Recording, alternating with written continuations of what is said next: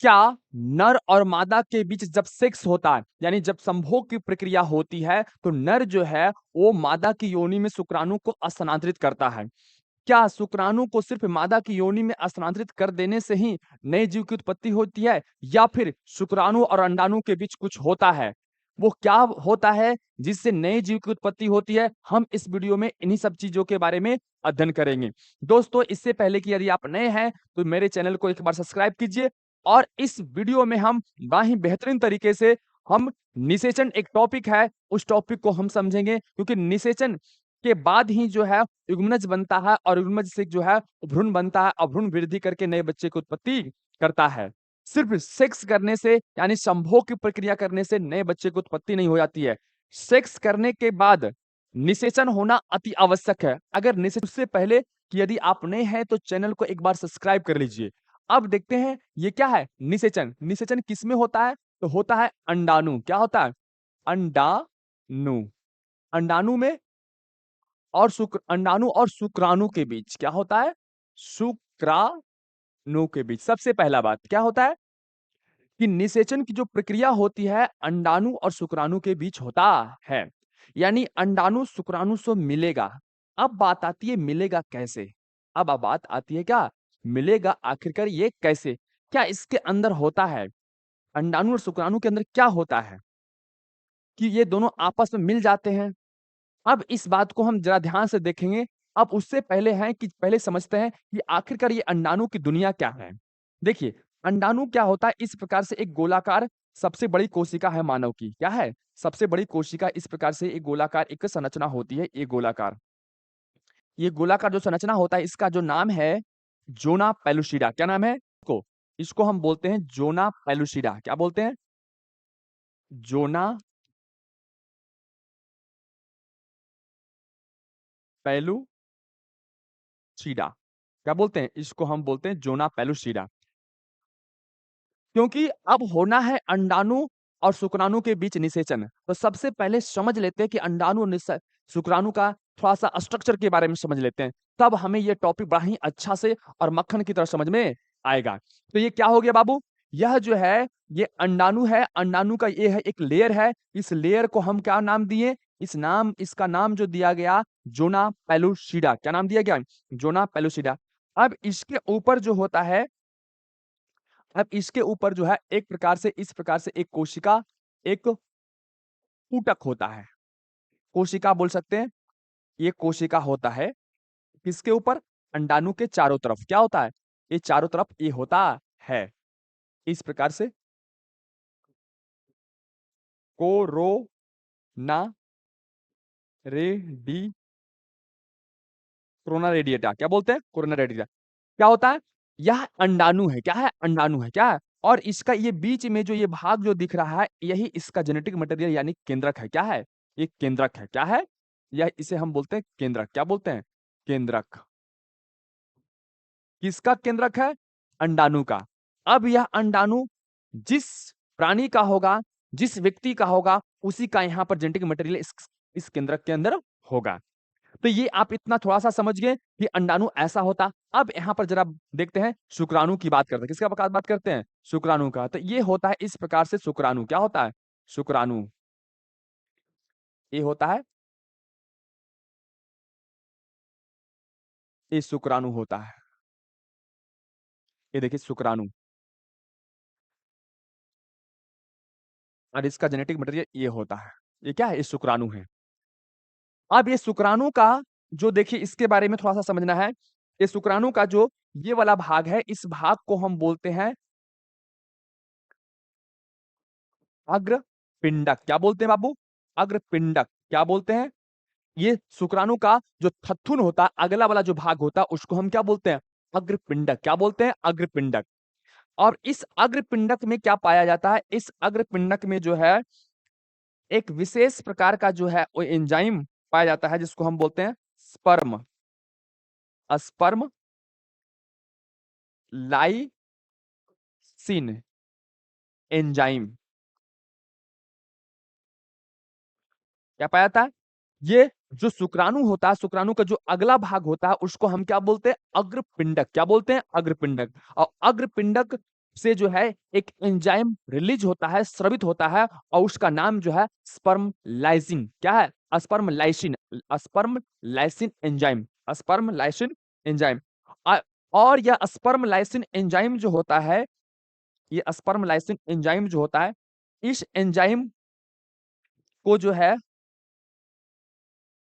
इस एंजाइम से जो है वो कह सकते हैं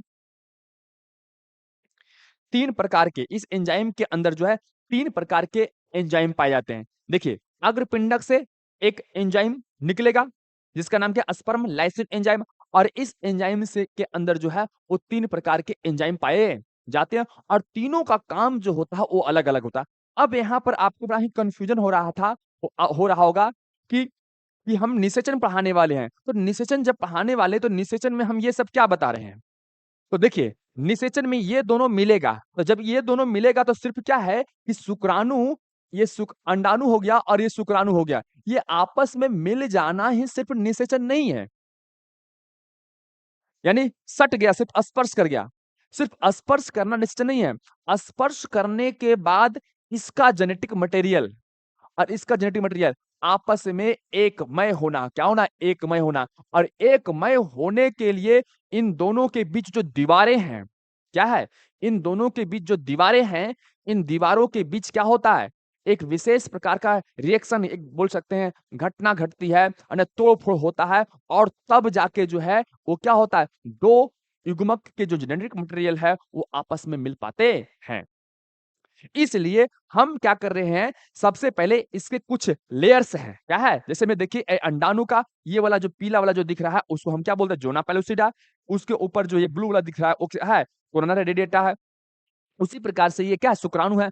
शुक्राणु का जो अगला भाग है उसको बोलते हैं अग्रपिंडक और अग्रपिंडक के अंदर जो है स्पर्म लाइसिन एंजाइम पाया जाता है। और स्पर्म लाइसिन एंजाइम के अंदर जो है 3 प्रकार के जो है क्या होते हैं? और एंजाइम पाए जाते हैं। एक पहला एंजाइम जो है वो क्या है? वो अग्रपिंडक से अग्र स्पर्म लाइसिन एंजाइम बनता है। इस एंजाइम के अंदर 3 प्रकार के एंजाइम आते हैं। पहला है ना? हाइलुरोनिडेज। क्या है? पहला है हाइलुरोनिडेज। पहला है हाइलुरोनिडेज एंजाइम। दूसरा है प्रोकैरोसिन। क्या है? दूसरा है प्रोकैरोसिन। और तीसरा है कोरोना पेनेट्रिंग, कोरोना पेनेट्रिंग एंजाइम। ये तीनों का तीनों जो है एक एंजाइम है। क्या है? एक एंजाइम एंजाइम है। किसके अंतर्गत आते हैं? स्पर्म लाइसिन एंजाइम के अंतर्गत आते हैं। अब हम जानेंगे कि यह सारा एंजाइम का क्या काम है। इस शुक्राणु के अंदर और वो भी जो है उसके अग्रभाग पे पाया जाता है। क्या काम है? क्यों पाया जाता है? क्या जरूरी है यहाँ पे पाया जाना ये हार्मोन का? क्यों? इसका क्या काम है? इसके बारे में समझते हैं। देखिए, हाइलुरोनिडेज एंजाइम। अब जरा देखिएगा यहाँ पर ध्यान से, अंडाणु। तो अंडाणु के जो है अगर कहा जाए तो 2 लेयर है इसका मुख्य रूप से। कितने लेयर है? 2 लेयर है। कितने लेयर है? 2 लेयर। ज़ोना पेलुसिडा और कोरोना रेडिएटा। ज़ोना पेलुसिडा और क्या? Corona radiata. अब उसमें से जो है कोरोना रेडिएटा से जो है एक विशेष प्रकार का हार्मोन निकलता है जिसको हम बोल, देखिए, कोरोना रेडिएटा से जो है वो फर्टिलाइजिन हार्मोन हार्मोन स्रावित होता है। अब उसी तरह से शुक्राणु से एक हार्मोन स्रावित होता है, वो है एंटीजिन हार्मोन।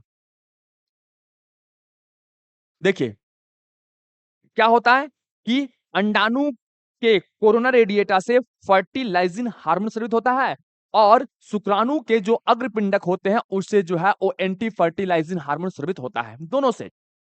दोनों से है वो एक अलग-अलग प्रकार के जो है वो हार्मोन स्रावित होता है। उसका क्या काम है? ये दोनों हार्मोन जो स्रावित हुआ है उसका क्या काम है वो हम भी बताएँगे। सबसे पहले क्या-क्या पाया जाता है वो हम समझ लेते हैं। क्या करते हैं? क्योंकि हम बारी-बारी से और बड़ा ही क्रमबद्ध तरीके से जो है इस टॉपिक को हम समझने वाले हैं। बच्चे आप जो है वो थोड़ा ध्यान से देखिए और ध्यान से समझने का प्रयास कीजिए। हम बार-बार इस चीज़ को रिपीट कर रहे हैं कि इसके अग्रपिंडक पे से जो है एंटी फर्टिलाइजिंग हार्मोन स्रावित होता है और इसका जो है अंडाणु का जो है सबसे बाहरी जो लेयर है जिसका नाम है कोरोना रेडिएटा। क्या नाम है? Corona radiata. तो इस कोरोना रेडिएटा से जो है वो फर्टिलाइजिंग एंजाइम जो है, फर्टिलाइजिंग हार्मोन जो है वो स्रावित होता है। ये दो तरह से क्या होता है, इसमें फर्टिलाइजिंग और इसमें क्या एंटी फर्टिलाइजिंग, दो तरह के हार्मोन जो है स्रावित होता है। क्या काम है वो हम बताएंगे, पहले इतना आपको समझ में आ गया होगा। चलिए अब आगे देखते हैं। स्पर्मलाइजिंग हार्मोन, इसके स्पर्मलाइजिंग एंजाइम है, क्या है, सॉरी क्या है, एंजाइम है। अब इस एंजाइम में क्या होता है, हाइलुरोनिडेज, हाइलुरोनिडेज एंजाइम। दूसरा क्या, प्रोकैरोसिन। तीसरा क्या, कोरोना पेनेट्रिंग, कोरोना पेनेट्रिंग। ये तीन तरह के जो है एंजाइम पाए जाते हैं। अब ये तीनों का जरा देखते हैं काम क्या होता है।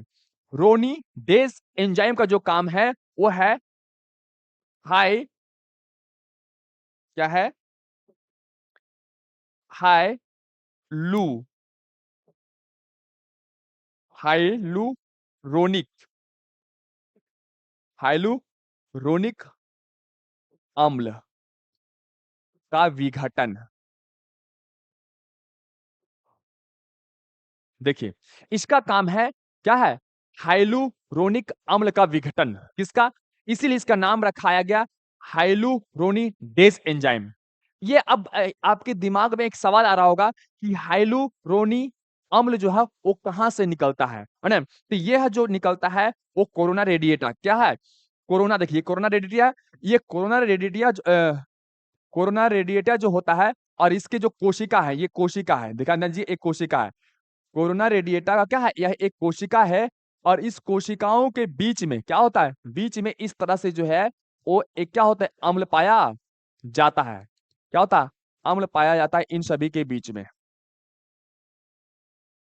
ये ऊतक भी बोल सकते हैं, इसके बीच में क्या होता है, अम्ल पाया जाता है। और इस अम्ल का ही नाम है, ये क्या है, सॉरी, ये जो अम्ल है, ये इस अम्ल का ही नाम है हाइलुरोनिक, क्या है, हाई हाइलुरोनिक अम्ल, क्या है, ध्यान दीजिएगा। तो ये ऐसा कर सकते हैं कि कोरोना रेडिएटा, क्या है, कोरोना रेडिएटा, कोरोना रेडिएटा जो होते हैं और उसके जो कोशिका होते हैं, उसी कोशिका के बीच में जो है वो हाइलुरोनिक अम्ल पाया जाता है। तो देखिए, ये हाइलुरोनिक अम्ल का जो है वो विघटन करता कौन, हाइलुरोनिडेज एंजाइम, हाइलुरोनिडेज एंजाइम जो है उसका क्या करता है, विखंडन करता है। कौन, ये, ठीक है। यानी कि ये वाला जो अम्ल है, सॉरी, ये वाला जो एंजाइम है, ये वाला एंजाइम है, वो इस अम्ल का जो है वो विघटन, विघटन का मतलब होता है तोड़ता है। अब जरा विचार कीजिए क्यों तोड़ता है, क्योंकि इस शुक्राणु को इसमें क्या करना है, इसमें घुसना है, इसमें जाना है। और ये जो है, ये समझिए एक दीवार की तरह, कैसा है, ये दीवार की तरह है, एक कोशिका है, और ये दीवार से जो है, इस दीवार को ये अम्ल जो है वो चिपका के रखा, क्या रखा है, आप समझिए से देखते हैं। ईटा, ईटा को सीमेंट और बालू जो होता है वो क्या करता है, चिपका के रखता है। उसी प्रकार से अंडाणु के जो कोरोना रेडिएटा होता है, उस रेडिएटा की जो कोशिका होता है, उन सभी कोशिकाओं को हाइलुरोनिक अम्ल, हाइलुरोनिक अम्ल जो है वो चिपका कर रखता है, चिपका कर रखता है। तो ये जो चिपका कर जो रखता है, इसको तोड़ने का काम, इसको कमजोर करने का काम, इसे समाप्त करने का जो काम है वो करता है हाइलुरोनिडेज एंजाइम, हाइलुरोनिडेज एंजाइम। और यह कहां से निकलता है, तो शुक्राणु के अग्रपिंडक, अग्रपिंडक से ये स्रावित होता है। तो पहला काम आपको समझ में आ गया होगा कि इसका क्या काम है। दूसरा का देखिए क्या है, अब बाकी हम सबको एक साथ मिला के एक बार बताएंगे, पहले आप धीरे धीरे समझ लीजिए। अब है प्रोकैरोसिन, क्या है, प्रोकैरोसिन। तो इसका काम है जोना पेलुसिडा को भेदना, क्या इसका काम है, इसका काम है जोना, जोना पेलुसिडा को भेदना, क्या करना, जोना पेलुसिडा को भेदना। प्रोकैरोसिन जो एंजाइम होते हैं, इस एंजाइम का काम होता है ये जोना पेलुसिडा, जो ये पीला वाला भाग है उसको भेदना, क्या करना है, उसको भेदने का काम करता है। अब तीसरा जो है कोरोना पेनेट्रिंग, क्या है, कोरोना पेनेट्रिंग, इसका काम है कोरोना रेडिएटा को भेदना, क्या का नाम है, इसका काम है कोरोना रेडिएटा को, कोरोना रेडिएटा को जो है वो भेदना है। क्या काम है? कोरोना रेडिएटा को भेदना है। इसको जो है ये वाला ऊपर वाला ये जो ब्लू वाला भाग है उसको भेदने का काम करता है। तो यहाँ पर जो है सारी बातें जो है वो क्लियर हो चुकी है। अब चलिए दोस्तों और मेरे प्यारे बच्चों, अब हम इसको क्या करते हैं, मिलाकर एक बार सबको जोड़-जोड़ के समझने का प्रयास करते हैं कि निषेचन में होता क्या है? देखिए, आपको इतना समझ में आ गया होगा कि किससे क्या निकलता है। एक बार फटाफट क्या करते हैं, इन सब के बारे में फटाफट के बारे में हम बता देते हैं फिर से। देखिए, ये शुक्राणु है। क्या है? शुक्राणु है। शुक्राणु का जो अगला भाग होता है जिसको हम अग्रपिंडक कहते हैं। क्या कहते हैं? अग्रपिंडक। और इस अग्रपिंडक में स्पर्म लाइसिन एंजाइम पाया जाता है। स्पर्म लाइसिन एंजाइम के अंतर्गत जो है 3 प्रकार के एंजाइम पाए जाते हैं।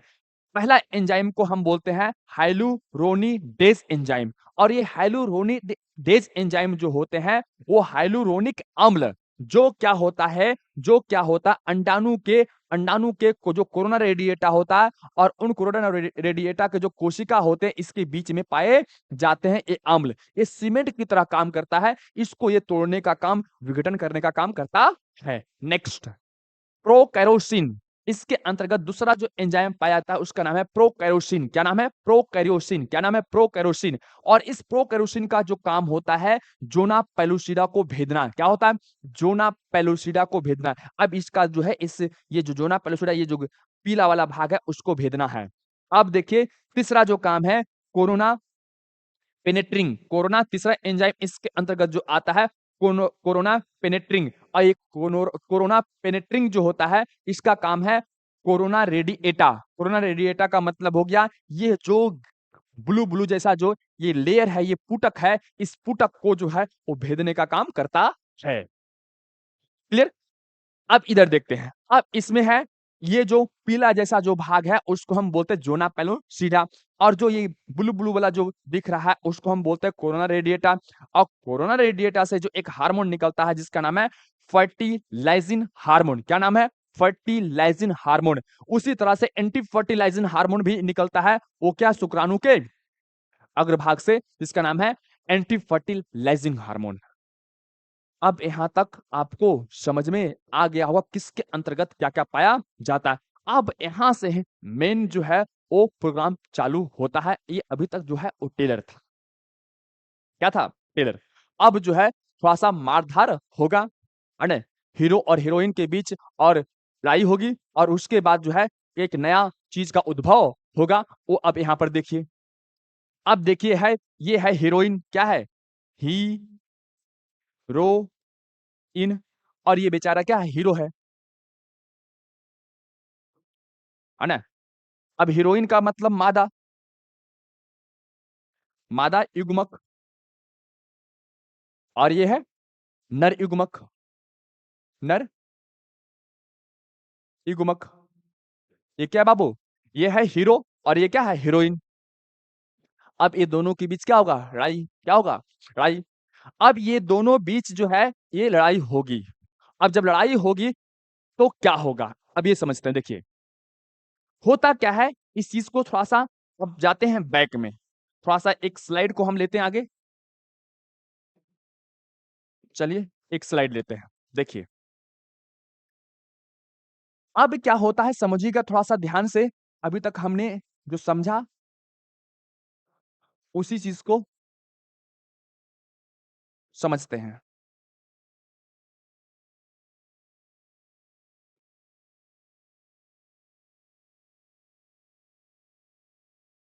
ये देखिए क्या है?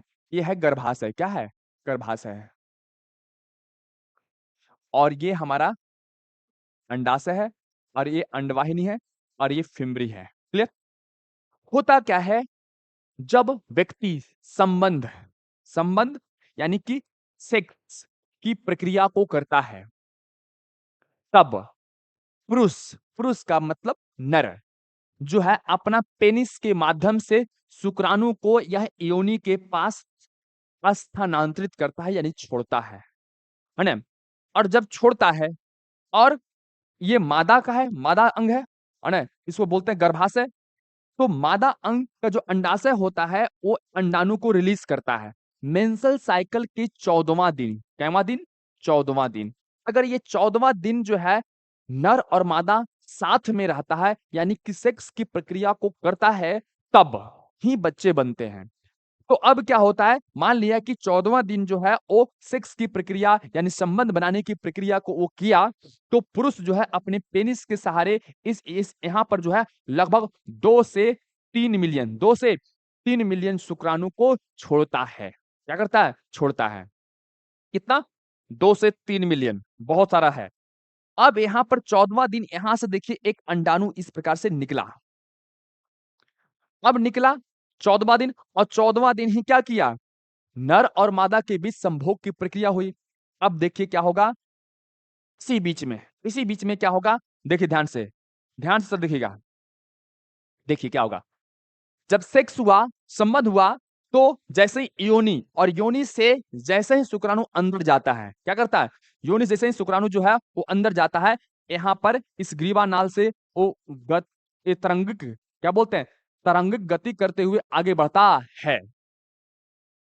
जैसे ही आगे बढ़ता है, तो इसका जो ये जो शुक्राणु होता है, शुक्राणु जो है एंटी फर्टिलाइजिन हार्मोन का स्राव करता है। एंटी फर्टिलाइजिन हार्मोन का स्राव करता है। क्या है? एंटी फर्टिलाइजिन हार्मोन का स्राव करता है। एंटी फर्टिलाइजिन कौन? शुक्राणु। क्लियर? यहां तक समझ में आ गया? अब क्या होता है कि देखिए जस्ट तुरंत जो है यह जो है वो फर्टिलाइजिन क्या होता है? फर्टिलाइजिन हार्मोन का स्राव करता है। क्या करता है? फर्टिलाइजिन हार्मोन का स्राव करता है। बात समझ में आ गया? अब ये दोनों क्या है? अब दिमाग में आया हो क्यों हम बताए थे, इसीलिए बताए थे। अब ये दोनों क्या है? अब जरा विचार कीजिए, सेक्स की प्रक्रिया हुई, शुक्राणु यहां छोड़ा गया, इधर जाएगा शुक्राणु कि इधर जाएगा? क्योंकि रास्ता दो है। रास्ता क्या है? इधर भी अंडाणु, इधर भी अंडाणु। इधर भी होता है ना? क्या होता है? इधर भी होता है। इस तरह से इधर भी होते हैं। किधर जाएगा? रास्ता दो है। इस रास्ता से चला, यहां पर आने के बाद दो मोड़। कितने मोड़? एक इधर का और एक इधर का। बताओ किधर जाएगा? तो कौन होता है? सिग्नल। क्या होता है? सिग्नल। तो होता क्या है, ईश्वर की एक ऐसी व्यवस्था है कि इसके पास एंटी फर्टिलाइजिंग हार्मोन निकलता है और इसके पास फर्टिलाइजिंग हार्मोन निकलता है। ये दोनों हार्मोन जानते हैं क्या है? ये ताला ताला और चाबी की तरह है। ताला और चाबी की तरह है। ताला में चाबी घुसता है, उसके अंदर जाता है। तो ये दोनों हार्मोन जो है उसी की तरह काम करता है। बात समझ में आया? कहने का मतलब है कहने का मतलब है कहने का मतलब है कि जिस तरफ हीरोइन रहेगी, जिस तरफ हीरोइन रहेगी, उसी तरफ ये हीरो भागा भागा जाएगा। इस हीरो को अपनी हीरोइन की महक बोल सकते हैं। हीरोइन की जो है वो महक जो है वो पता चल जाता है कि मेरी हीरोइन किधर है। तो होता क्या है, ये महक कौन है? तो ये महक है यही एंटी फर्टिलाइजिंग हार्मोन और ये है फर्टिलाइजिंग हार्मोन। और और जो है ये अंडाणु जो है, जो हीरोइन है, इसे भी अपने हीरो की एहसास हो जाता है। उसकी गंध जो है उसे समझ में आने लगता है किधर है। तो ये भी क्या करता है, जिधर से वो आ रहा है उस तरफ जो है वो बढ़ना प्रारंभ करता है। ध्यान समझिएगा, कहानी यहाँ ये है। निषेचन है, अगर डेफिनेशन दिया जाए तो नर युग्मक और मादा युग्मक को मिलना निषेचन कहलाता है। तो उतना पढ़ने से कोई दिक्कत नहीं है, पढ़ सकते हैं, है ना? लेकिन अगर इसे फील करना है, इसे समझना है अच्छा से, तो आपको इस तरह से समझना पड़ेगा। अब क्या हुआ कि ये फर्टिलाइजिंग हार्मोन और ये एंटी फर्टिलाइजिंग हार्मोन एक गंध की तरह काम कर रहा है और ये दोनों को एक दूसरे के निकट लाता है। ये हार्मोन का सिर्फ काम क्या है? एक दूसरे को निकट लाना, एक दूसरे के स्थिति को बताना कि किस तरफ किस तरफ जो है इसकी हीरोइन है और इसका हीरो किस तरफ है, किस तरफ से आ रहा है। इसकी पहचान करवाना फर्टिलाइजिंग और एंटी फर्टिलाइजिंग हार्मोन का काम है।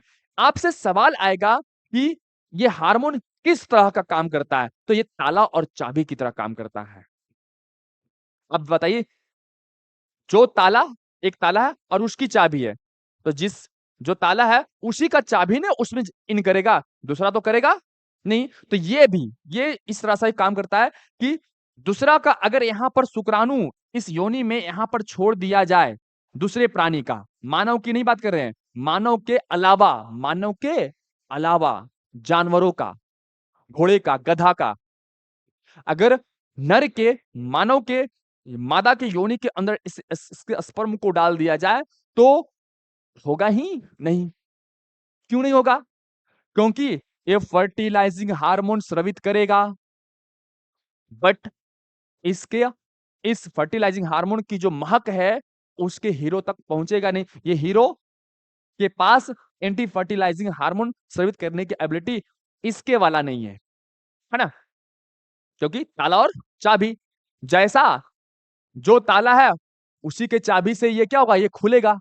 तो ये दोनों आपको भली भांति समझ में आ गया होगा। तो यहाँ पर जो हमें इतना लिखे थे इतना देरी तक, है ना, ये जो हमें बताने का अभिप्राय यही था कि तोड़ तोड़ के आपको बताया जाए कि सबका काम क्या है। चलिए, तो अभी समझ में आ गया कि एंटी फर्टिलाइजिंग हार्मोन और फर्टिलाइजिंग हार्मोन क्या करेगा, उसको आपस में मिलाएगा।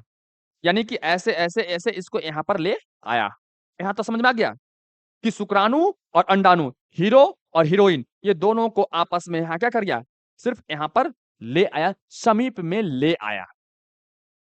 यहां तक तो समझ में आ गया होगा। अब चलते हैं आगे का खेल। आगे का खेल अब शुरू होता है। अब पास में आ गया हीरो और हीरोइन, तो लड़ाई तो होनी ही है। अब इस लड़ाई में क्या होगा, तोड़ और फोड़ होगी। क्या होगी? इस लड़ाई में तोड़ और फोड़ होगी। अब जरा ध्यान दीजिएगा, हीरो और हीरोइन आपस में क्या हो गए, आ गया, ऐसे आ गया, मिल गया। अब मिलने के बाद ये हीरो और इधर क्या है, हीरोइन, ये दोनों के बीच क्या होगी, लड़ाई होगी। और लड़ाई होगी, ऑब्वियसली क्या होगा, तोड़ और फोड़ कुछ ना कुछ होगा। चलिए देखते हैं कि क्या टूटता है और क्या फूटता है। देखिए, जैसे ही यह शुक्राणु इस अंडाणु के पास आता है, संपर्क में आया, तो पहला पहला इसकी मुलाकात किससे होगी, कोरोना रेडिएटा से। किससे? देखो बाबू, क्या है, कोरोना रेडिएटा। अंडाणु का सबसे बाहरी जो स्तर है उसका नाम है कोरोना रेडिएटा। क्लियर? तो इस शुक्राणु का मुलाकात सबसे पहले होगा हीरोइन के जो शरीर है और शरीर का जो सबसे बाहरी जो जो भी वो पहनी होगी उसी से उसका मुलाकात स्पर्श होगा। तो क्या होगा, इसका स्पर्श इससे होता है। जैसे ही इसका थथुन इसके दीवार से टकराता है, क्या होता है, ये जो थथुन है इसके दीवार से क्या होता है, टकराता है। तो टकराने के बाद जस्ट उसी समय क्या होता है, इसके अग्रपिंडक में स्पर्म लाइसिन एंजाइम पाया था। और इस स्पर्म लाइसिन एंजाइम के अंदर 3 प्रकार का एंजाइम था। उसमें से पहला जो एंजाइम ये वाला है, ये वाला एंजाइम जिसका नाम है हाइलुरोनिडेज एंजाइम। यह एंजाइम क्या करता है, देखिए इस पर ये एंजाइम इस तरह से क्या हुआ, आया, और ये जो दीवार है इस दीवार के चारों तरफ जो है इस पे ये बिखरने लगता है, फैलने लगता है, इसी कोशिकाओं के बीच जो है वो समाने लगता है। क्या होता है, समाने लगता है। मान लिया कि ये वाला शुक्राणु यहीं पर आया, क्या आया, यहीं पे, ये सामने यहाँ पे आया। तो यहाँ पर की जितने भी, देखिए यहाँ पर का जो जितना भी ये जो कोशिका है कोरोना रेडिएटा का, है ना, ये क्या करता है, इसमें जो है यह एंजाइम को छोड़ने लगता है, फेंकने लगता है। जैसे ही फेंका तो इसके बीच में क्या था, हाइलुरोनिक अम्ल था। यह अम्ल जो है इस एंजाइम के प्रभाव में, ध्यान दीजिएगा, यह अम्ल जो है इस एंजाइम के प्रभाव में यह जो है वो क्या होता है, कमजोर, क्या होता है, कमजोर हो जाता है। क्या हो जाता है, कमजोर हो जाता है। अभी हम बताए थे ये क्या है, हाइलुरोनिक अम्ल जो होता है कोरोना रेडिएटा के कोशिका को जोड़ने का काम करता है। लेकिन इसको तोड़ने का काम कौन करता है? Hyaluronidase enzyme. तो उसके ऊपर जब छिड़केगा तो वो ईटा जो है, ईटा जिनसे जुड़ा हुआ वो क्या होगा? वो टूट जाता है, कमजोर हो जाता है। तो यहां तक समझ में आ गया। जैसे ही ये शुक्राणु यहां पर आया तो ये वाला दीवार की जो जिसे ये चिपका हुआ था ये कमजोर हो गया। कमजोर हो गया तो अब कौन काम करेगा? पहला काम क्या होगा? समाप्त बाबू। ये क्या होगा? पहला काम। यानी कि शुक्राणु के शुक्राणु के जो पहला एंजाइम जो था जिसका नाम था हाइलुरोनिडेज एंजाइम, इसका काम समाप्त। इसका काम था कोरोना रेडिएटा के जो कोशिका है उसकी कोशिकाओं की जो पकड़ है उस पकड़ को कमजोर करना। क्लियर? अब देखते हैं आगे। अब जो है इसके अंदर एक तीसरा, ये पहला था और ये है दूसरा। यहां पर ये ये दूसरा जो है कोरोना पेनेट्रिंग एंजाइम। अब क्या करता है? ये जो है हाइलू यानी एच, है ना, और ये जो है कोरोना पेनेट्रिंग हार्मोन। अब इसी से एक और हार्मोन जैसे ये समीप यहां पर आता है, एक और हार्मोन जो है उस सॉरी एक और एंजाइम जो है वो स्रावित करता है जिसका नाम है कोरोना पेनेट्रिंग एंजाइम। यह एंजाइम क्या करता है? जैसे ही यहां पर आता है ये सारी कोशिका को, है ना, यानी कोरोना रेडिएटा को भेदना। भेदने का मतलब समाप्त कर देना, तोड़ देना। क्या करना? तोड़ देना। तो अब क्या करता है ये कोरोना, इसको हमें लिखते हैं यहां पे, शॉर्ट में जगह नहीं है, ये कोरोना पेनिट्रिंग जो एंजाइम है इसको जो है ये वाला जो कोशिका है इस कोशिका को क्या करता है? इस कोशिका को जो है वो गलाना शुरू कर देता है। अब गलाना शुरू कर देता है इसका मतलब क्या हो गया? देखिए ये गलाना शुरू करता है। अब इसको हम क्या करते हैं यहां से, देखिए इस प्रकार से इसको गलाना शुरू कर दिया। कौन? ध्यान देख से सुनिएगा, यहीं पर सब कुछ है कहानी बाबू। क्या कर दिया? ये सारा का सारा जो है वो क्या हो गया? कोरोना पेनिट्रिंग जो एंजाइम था ये सारा जो ब्लू वाला जो था उसको गला दिया। तो पूरा गला देगा? नहीं, जहां पर इसका थथुन टकराएगा वहीं से रॉकेट जहां से लगेगा वही ना टूटेगा। तो यहां पर क्या हुआ? ये सारा जो है ये सारा क्या हो गया? ये सारा यहाँ का कोशिका समाप्त हो गया। ये समाप्त करने का काम कौन किया? Corona penetrating enzyme. किसमें पाया जाता है? किससे निकलता है? तो ये शुक्राणु के अगला थथुन से जिसका नाम है अग्रपिंडक, और उसके अंदर ये एंजाइम पाया जाता है और इसका एक समूह ये है। क्लियर? अब जरा बताइए क्या है? अब दूसरी बात, इसका मुलाकात किससे होगी? पहला तो मुलाकात हो गया हीरो को हीरोइन के एक भाग से। अब दूसरा क्या होगा? दूसरा इसका भाग है जिसका नाम है जोना पेलुसिडा। क्या है? Zona pellucida. अब यह जैसे ही शुक्राणु, अब इसको थोड़ा सा मिटाते हैं, चलिए। और यह शुक्राणु जैसे ही अब क्या आया?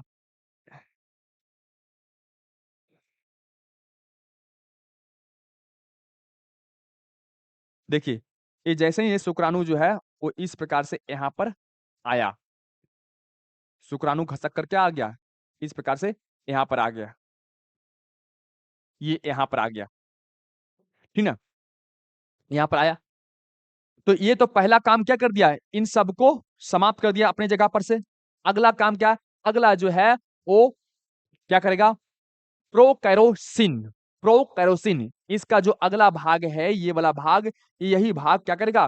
प्रोकैरोसिन एंजाइम को स्रावित करेगा। ये प्रोकैरोसिन एंजाइम क्या करता है? इस दीवार को, किस दीवार को? Zona pellucida. क्या है?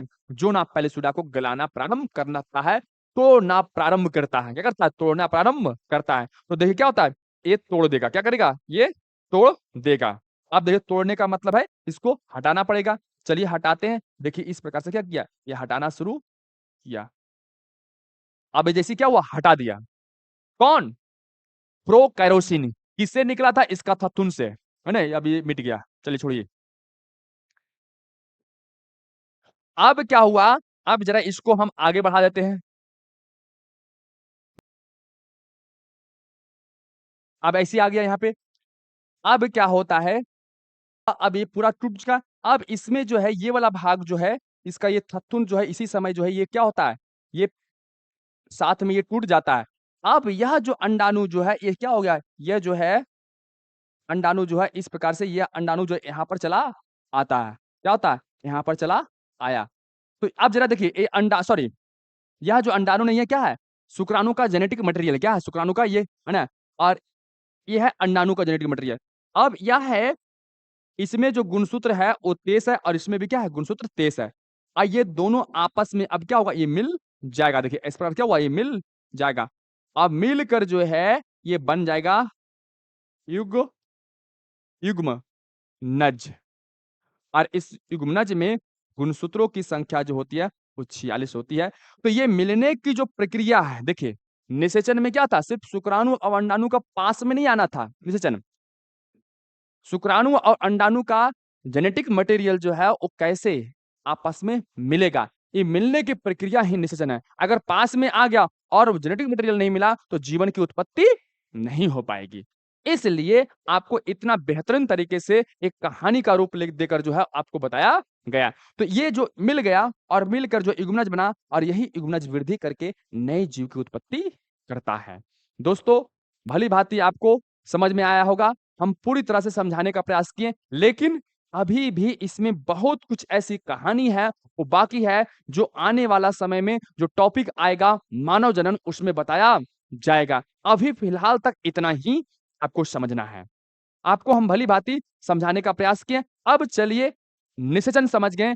निषेचन में क्या-क्या होता है, लेकिन निषेचन के प्रकार हैं। एक है बाह्य निषेचन और एक है अंतःनिषेचन और एक है अनिषेक जनन। निषेचन आपको समझ में आ गया, लेकिन निषेचन के प्रकार है एक अंतःनिषेचन, एक बाह्य निषेचन और एक अनिषेक निषेचन। ये 3 प्रकार के निषेचन हैं। निषेचन की प्रक्रिया यानी कि ये शुक्राणु और अंडाणु के जेनेटिक मटेरियल मिलने की प्रक्रिया जो है वो 3 तरह से संसार के अंदर होती है। क्योंकि ये मिलेगा तब ही नए जीव की उत्पत्ति होगी। और ये मिलने की जो सिस्टम है, तरीका है वो 3 है। एक बाह्य मतलब बाहर होगा, एक आंतरिक आंतरिक मतलब अंदर होगा और एक अनिषेक जनन जिसमें बिना निषेचन के ही नए जीव की उत्पत्ति होती है। तो चलिए उसके बारे में हम समझते हैं। निषेचन के प्रकार।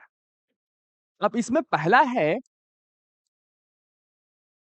बाह्य निषेचन। क्या है? बाह्य निषेचन। क्या है बाबू? बाह्य निषेचन। इससे बहुत सारे सवाल जो है वो एग्जाम के अंदर जो है वो आता है। क्या है बाह्य निषेचन? अब बाह्य निषेचन का मतलब हो गया जो क्या होगा? जो है शरीर के बाहर। क्या होगा? बाहर। सिंपल सा। निषेचन की वैसी प्रक्रिया जो शरीर के बाहर होता है उसे हम बाह्य निषेचन कहते हैं। लेकिन यहां से ये सवाल नहीं आएगा, ऑब्जेक्टिव में यहां से एक सवाल आता है। देखिए कहेगा निम्न में से किसमें निषेचन होता है? ऑब्जेक्टिव आएगा। क्या आएगा? ऑब्जेक्टिव आता है। तो बाह्य निषेचन जो होता है वो किसके अंतर्गत होता है या किसमें होता है वो हम जानते हैं। जैसे में मेढक। क्या है? मेढक और मछली जैसे प्राणी में ये बाह्य निषेचन होता है। अब बाह्य निषेचन के लिए एक वर्ड का इस्तेमाल किया जाता है जिसका नाम है इन विट्रो। क्या नाम है? In vitro. ये बहुत सारे ऑब्जेक्टिव में आता है, ऑप्शन में दिया हुआ रहता है। आप ध्यान रखिएगा। बाह्य निषेचन के लिए कौन सा एक नया शब्द का इस्तेमाल किया जाता है जिसका नाम है इन विट्रो। क्या है? In vitro. इन विट्रो का मतलब होता है कांच में। क्या होता है? इसका मतलब होता है कांच में। अब इसके लिए जो थोड़ा-सा बात है, वो आप समझिए थोड़ा-सा। काँच में। काँच में का मतलब क्या हो गया बाबू? मतलब कि बाह्य निषेचन शरीर के बाहर होगा। अब ये बाह्य निषेचन जो होता है, वो लगभग इसको कराने के लिए एक माध्यम की आवश्यकता होती है, वो माध्यम होता है जल। क्या होता है? जल। क्या होता है? जल। दूसरा बात क्या होता है इस बाह्य निषेचन में को कराने की जो एक संभावना है, क्या है? बहुत सारा ये बड़ा ही दुर्लभ होता है। इसलिए इसमें शुक्राणु और अंडाणुओं की संख्या क्या होती है? यानी युग्मक युग्मक की संख्या क्या होती है? अधिक होती है। इसमें क्या होता है? भक्षक। क्या होता है?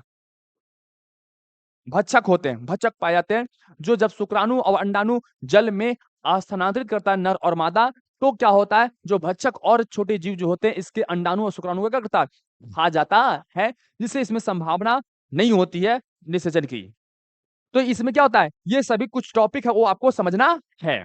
तो इससे पहले क्या है, ये तो ये तो नेचुरल तरीके से होता है ना? उसके लिए बाह्य निषेचन, लेकिन बाह्य निषेचन एक कृत्रिम तरीके से होता है ना? और जो कृत्रिम के तरीके से लिए होता है, उसके लिए बाह्य निषेचन ही होता है। उसके लिए हम इसका इस्तेमाल करते हैं, इन विट्रो शब्द का इस्तेमाल करते हैं।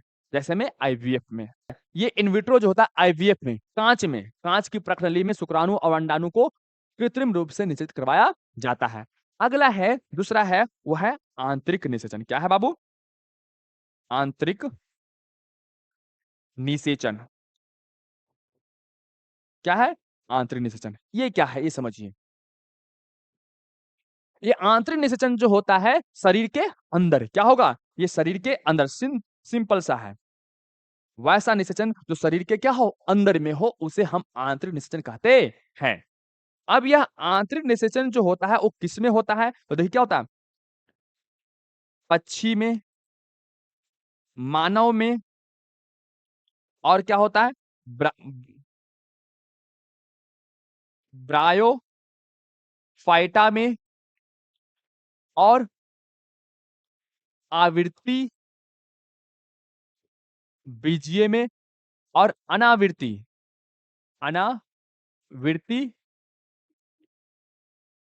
बीजीय में।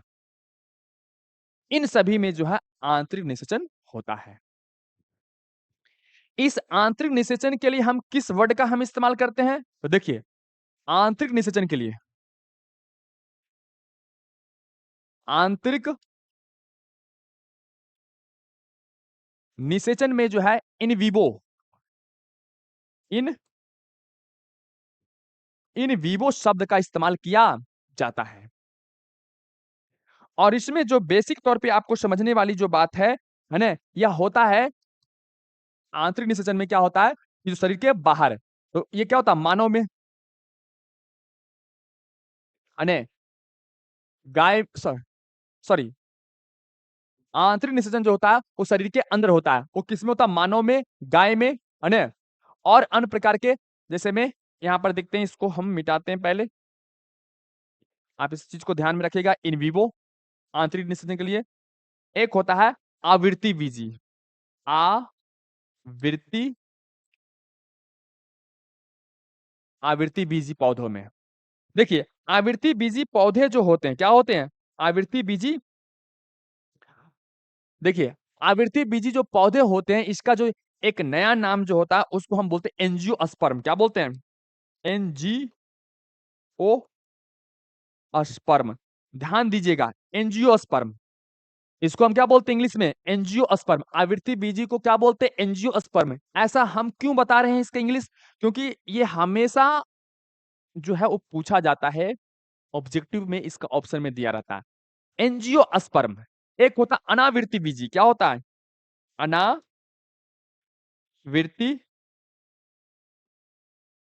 बीजीय स्पर्म। क्या बोलते हैं, जिम्नोस्पर्म।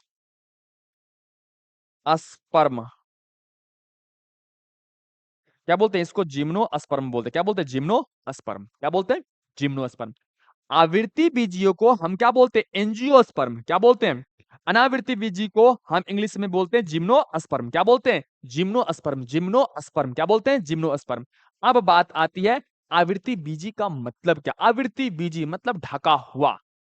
तो अनावृत्ति बीजी में क्या होता है कि इसमें बीज जो है वो किसी फल से वो ढका हुआ रहता है, उसे हम क्या बोलते हैं, आवृत्ति बीजी। क्या बोलते हैं, आवृत्ति बीजी बोलते हैं।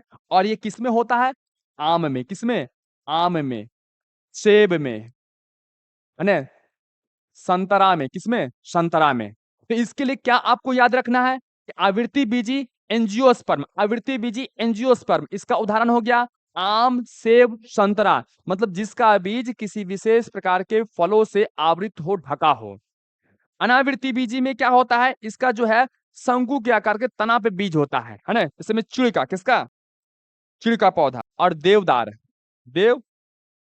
किसका होता है। अब तीसरा जो होता है वो अनिषेक जनन। क्या होता है, तीसरा जो होता है वो अनिषेक जनन के बारे में पढ़ना है। किसके बारे में, तो जनन की वैसी प्रक्रिया जिसमें जो है वो बिना निषेचन के ही नए जीव की उत्पत्ति हो जाती है, उसे हम अनिषेक जनन कहते हैं। अब दोस्तों इतना आपको समझाया जा चुका है, आपको भली-भाँति समझ में आ गया होगा, लेकिन आप नोट्स में क्या लिखिएगा, आप उसके बारे में समझते हैं और उससे कुछ ऑब्जेक्टिव जो है वहाँ से आपको प्रिपेयर कीजिएगा, वो हम स्लाइड दिखाते हैं, आप स्क्रीनशॉट ले सकते हैं। देखिए, ये आपका है, देखिए, फटाफट आप चाहते हैं तो यहाँ से आप वीडियो को नहीं देख सकते हैं, क्योंकि ये जो बातें हैं, सारी की सारी बातें हम बता चुके हैं। लेकिन फिलहाल आपको नोट्स बनाने के लिए आपके लिए आवश्यक है, आप यहाँ से इसको नोट कर सकते हैं। हम इसको फटाफट सिंपली करते हैं। निषेचन, बाह्य निषेचन जो होता है शरीर के बाहर होता है और इसमें जो है वो माध्यम की आवश्यकता होती है, वो जल। आप इसका स्क्रीनशॉट ले सकते हैं। चलिए, आगे देखते हैं। अब क्या है अनिषेक जनन, देखिए यह प्रजनन की वह विधि है जिसमें नर युग्मक को मादा युग्मक से बिना मिले ही मादा युग्मक से नए जीव का निर्माण होता है, उसे हम क्या बोलते हैं अनिषेक जनन कहते हैं। इसमें जो है युग्मक आपस में मिलते नहीं है और नए जीव की उत्पत्ति हो जाती है। जैसे में मधुमक्खी, पक्षी, सांप और कुछ छिपकली, इसको नहीं लिखिएगा, ठीक है।